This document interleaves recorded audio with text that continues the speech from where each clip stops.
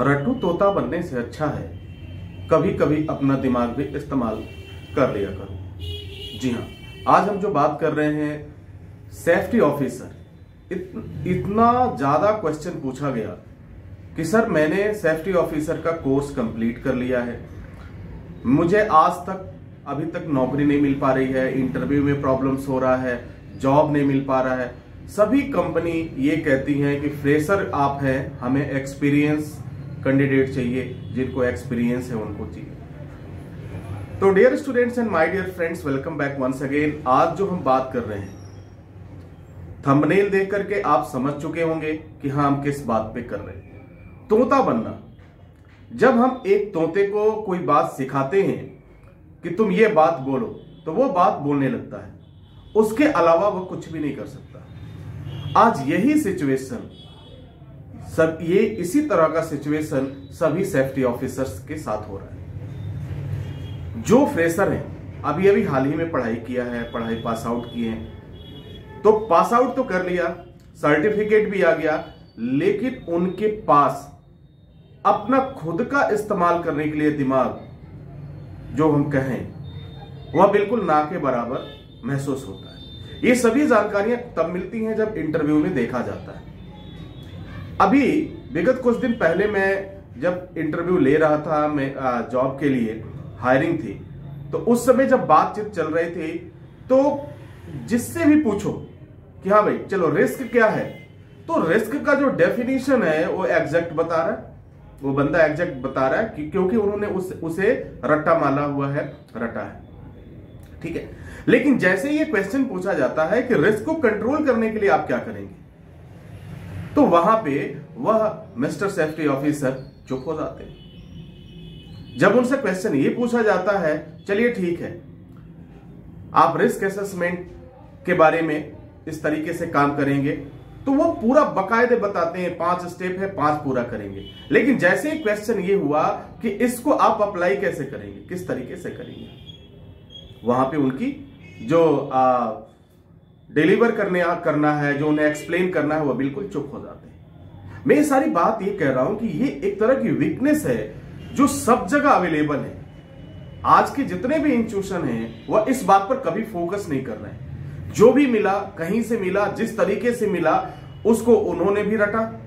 आज ट्रेनिंग देने वाले भी जो है उसी रट्टा टेक्निक के आधार पे स्टूडेंट्स को भी पढ़ा रहे हैं, लिहाजा नतीजा सामने आ रहा है। कोई भी काम आप पूछ लीजिए, किसी भी बंदे को आप कह दीजिए कि इसका चेकलिस्ट बनाना है, एक चेकलिस्ट बना दो, वो बंदा चेकलिस्ट नहीं बना पाएगा। किसी भी बंदे को कह दो कि हाँ भाई आपको सेफ्टी मैनेजमेंट करना है, हेल्थ सेफ्टी मैनेजमेंट करना है, फायर सेफ्टी मैनेजमेंट करना है, आप एक रफली आइडिया मुझे बता दो, वो बिल्कुल नहीं बता पा रहे। वजह क्योंकि उन्होंने तोते के जैसा सब रटा हुआ है, उन्हें बाकी कुछ भी नॉलेज नहीं है और अपना दिमाग इस्तेमाल करने की उन्होंने कसम खा रखी है। मैं कभी भी अपना दिमाग इस्तेमाल नहीं करूंगा।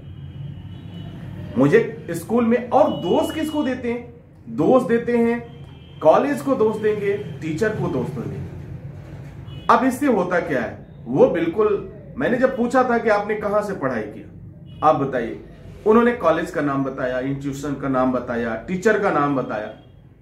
जब मैंने ये पूछा कि क्या आपको इसके बारे में सारी चीज नहीं बताई गई, तो उन्होंने कहा कि सर बताया तो गया था, लेकिन वो चीजें जिस तरीके से लोग बताते थे वो समझ भी नहीं आता था। सोचिए, तो कुछ स्मार्ट जवाब दे जाते थे और कुछ बिल्कुल ही कह देते थे कि नहीं नहीं ये तो बिल्कुल वहां पढ़ाई नहीं होती थी, यहां ऐसे नहीं होता था, हम तो गए ही नहीं, तमाम तरह की बातें सामने आती थी। तो मिस्टर सेफ्टी ऑफिसर, जितने लोग सेफ्टी फील्ड में हैं, एक बात तो बहुत अच्छी तरह से आप जान लीजिए कि आपको तोता बनने से अच्छा है, यानी किताब का जो स्टडी आपने किया है उसके अलावा भी आपको सोचना चाहिए। अब सपोज करिए कि जो हम ग्लोबल स्टैंडर्ड की बात कर रहे हैं, जो सेफ्टी फील्ड की हम बात कर रहे हैं अमेरिका की या बाहर कंट्रीज की, और वो सेफ्टी की बात हम करें अगर इंडिया में, तो दोनों में काफी डिफरेंस आ जाएगा। एक अमेरिका में जो सेफ्टी ऑफिसर है उसकी सैलरी जो है स्टार्ट होती है लाखों रुपए से, और इंडिया में अगर हम बात करें तो इंडिया में जो सैलरी स्टार्ट होती है वो होती है आपकी 20,000, 15,000, 25,000, 30,000 से सैलरी स्टार्ट होती है। दोनों में काफी डिफरेंस है। टेक्निक की बात करें कि वे इस तरह का टेक्निक यूज करते हैं और हम कैसा टेक्निक यूज करें, तो एक बात यहां पे बिल्कुल समझ लेना चाहिए कि आप जहां पे भी हैं, जो भी लोकेशन है, जो भी लोकेलिटी है, जिस एरिया में आप काम कर रहे हैं, दो चीजों पे आप फोकस करिए, आपकी ये प्रॉब्लम सॉल्व हो जाएगी। दो चीजों पे फोकस करिए, आपकी प्रॉब्लम सॉल्व हो जाएगी। पहला फोकस क्या करना है, आप ये ध्यान दीजिए कि वहां के लिए सुटेबल क्या है, यानी जिस भी कंडीशन में आप हैं, जिस भी परिस्थिति में हैं, उस परिस्थिति के अनुसार आपको क्या करना चाहिए जिससे कंपनी के ऊपर भी बर्डन ना पड़े, काम भी आपका हो जाए, कोई इंजरी भी ना हो, कोई एक्सीडेंट ना हो। अगर इस तरीके का नजरिया आप लेकर चलेंगे तो मैं आपसे दावा करता हूं, एक नहीं हजारों जॉब आपके पास आएंगे, चलकर आएंगे। आपको ढूंढने की जरूरत नहीं पड़ेगी और आपको यह कहने की जरूरत नहीं पड़ेगी कि सर नौकरी कब मिलेगी, कौन देगा नौकरी, कहां खोजूं। ये जितनी बातें होती हैं, सर नौकरी नहीं मिल रही है, वैकेंसीज नहीं आ रही हैं, इंटरव्यू के लिए कहां जाऊं, मुझसे वादा किया गया कि मैं आपको जॉब दूंगा लेकिन उन्होंने वादा पूरा नहीं किया। तो ये जितनी भी बातें इन सब बातों को आप किनारे करिए। ये जितनी भी बातें हैं जब आप करते हैं, इससे जाहिर हो जाता है कि आप अपनी कमियों को छुपा रहे हैं।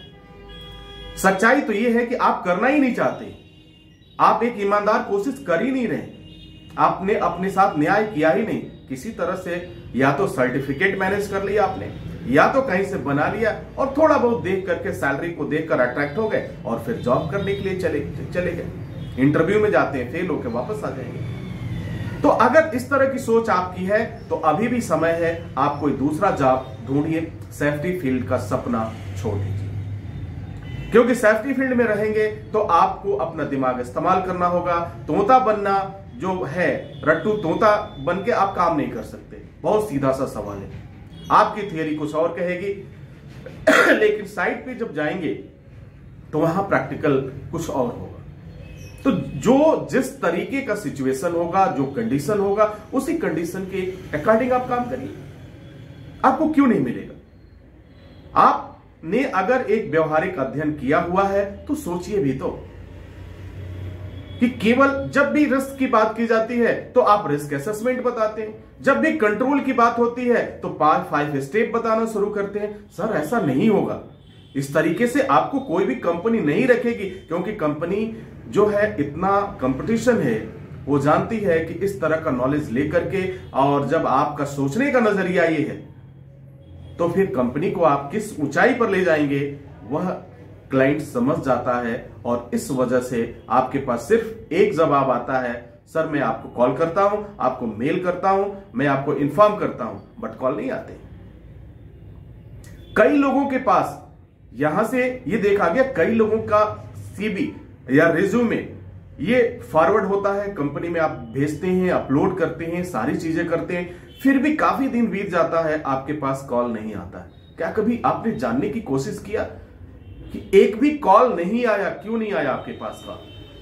एक भी कॉल आपके पास नहीं आता है, कोई एचआर आपको कॉल नहीं कर रहा है, कोई भी कंपनी आपसे नहीं पूछ रही है कि आप सेफ्टी ऑफिसर हैं तो आप हमारी कंपनी में काम करेंगे नहीं करेंगे, जगह खाली है इंटरव्यू के लिए, कहीं कोई कॉल नहीं आ रहा है। अगर नहीं आ रहा है तो निश्चित रूप से आप समझ लीजिए कि आपकी जो रिज्यूमे है, आपकी जो जॉब प्रोफाइल है, आपकी जो सीवी है वह नेगेटिव है। कहीं ना कहीं कोई ऐसी बात मेंशन है उसमें जिससे वह तुरंत एचआर डिपार्टमेंट समझ ले रहा है, जो भी हायरिंग डिपार्टमेंट है वो समझ जा रहा है कि आप जो भी डेटा उनको दे रहे हैं वो फेक डेटा है। तो इस बात को समझने की कोशिश करिए और फिर जो भी बात है वो सही बताइए। आपको इसमें थोड़ा भी परहेज नहीं होना चाहिए कहने में कि सर मैं एक फ्रेशर कैंडिडेट हूं। दुनिया का हर एक अनुभवी व्यक्ति पहले वह फ्रेशर ही होता है सर, उसके बाद वह अनुभवी बनता है। हम लोगों का भी रिजेक्शन हुआ। दुनिया का हर एक कैंडिडेट जो जॉब में आज बेहतर पोजीशन पर है, जाकर उसके बैकग्राउंड अगर आप देखेंगे तो काफी रिजेक्शन उन्होंने झेला हुआ है। और आप सोचते हैं कि किसी ने आपसे वादा कर दिया कि मैं आपको जॉब की गारंटी दे रहा हूं, आपको जॉब दूंगा, आप उसमें फंस जाते हैं, तो गलती आपकी है। आप क्यों उम्मीद करते हैं कि आपको कोई जॉब दिलाएगा? आप क्यों उम्मीद किसी से लगा के बैठे हैं कि वो आपकी हेल्प करेगा? सर, आज के समय में किसी को इतना फुर्सत नहीं है। अगर आपने बेस्ट ट्रेनिंग किया, सारी चीजें किया है, अच्छा किया है, तो निश्चित रूप से आपको एक रास्ता मिलेगा, एक दिशा मिलेगी, लेकिन चलना आपको पड़ेगा। अपनी मंजिल खुद आपको तय करनी होगी। अपना जो नजरिया है आपका, उसे बदलने की जरूरत है। आप अपने नजरियों को बदलिए। जब तक आप अपने नजरियों को नहीं बदलेंगे, तब तक आपके साथ ये प्रॉब्लम होती रहेगी, हमेशा बनी रहेगी। इसे कोई भी दूर नहीं कर सकता। ना तो कोई कॉलेज वाला दूर कर सकता, ना तो कोई टीचर दूर कर सकता, कोई भी दूर नहीं कर सकता। तो अपनी इस तोता बनने वाली कहानी को, ये जो कहानी चली आ रही है, इसको आप दूर करिए और थोड़ा सोचने की कोशिश करिए। सोचने की कोशिश करिए। आप जहां भी हैं वहां से सोचने की कोशिश करिए। जिस अवस्था में है वहां सोचने की कोशिश करिए सर। फिर देखिए, आप खुद देखेंगे कि आपका जो ऑब्जर्वेशन है वह इंप्रूव होता जा रहा है और आप बेहतर करने के लिए तैयार होते जा रहे हैं। कंपनी यही चाहती है।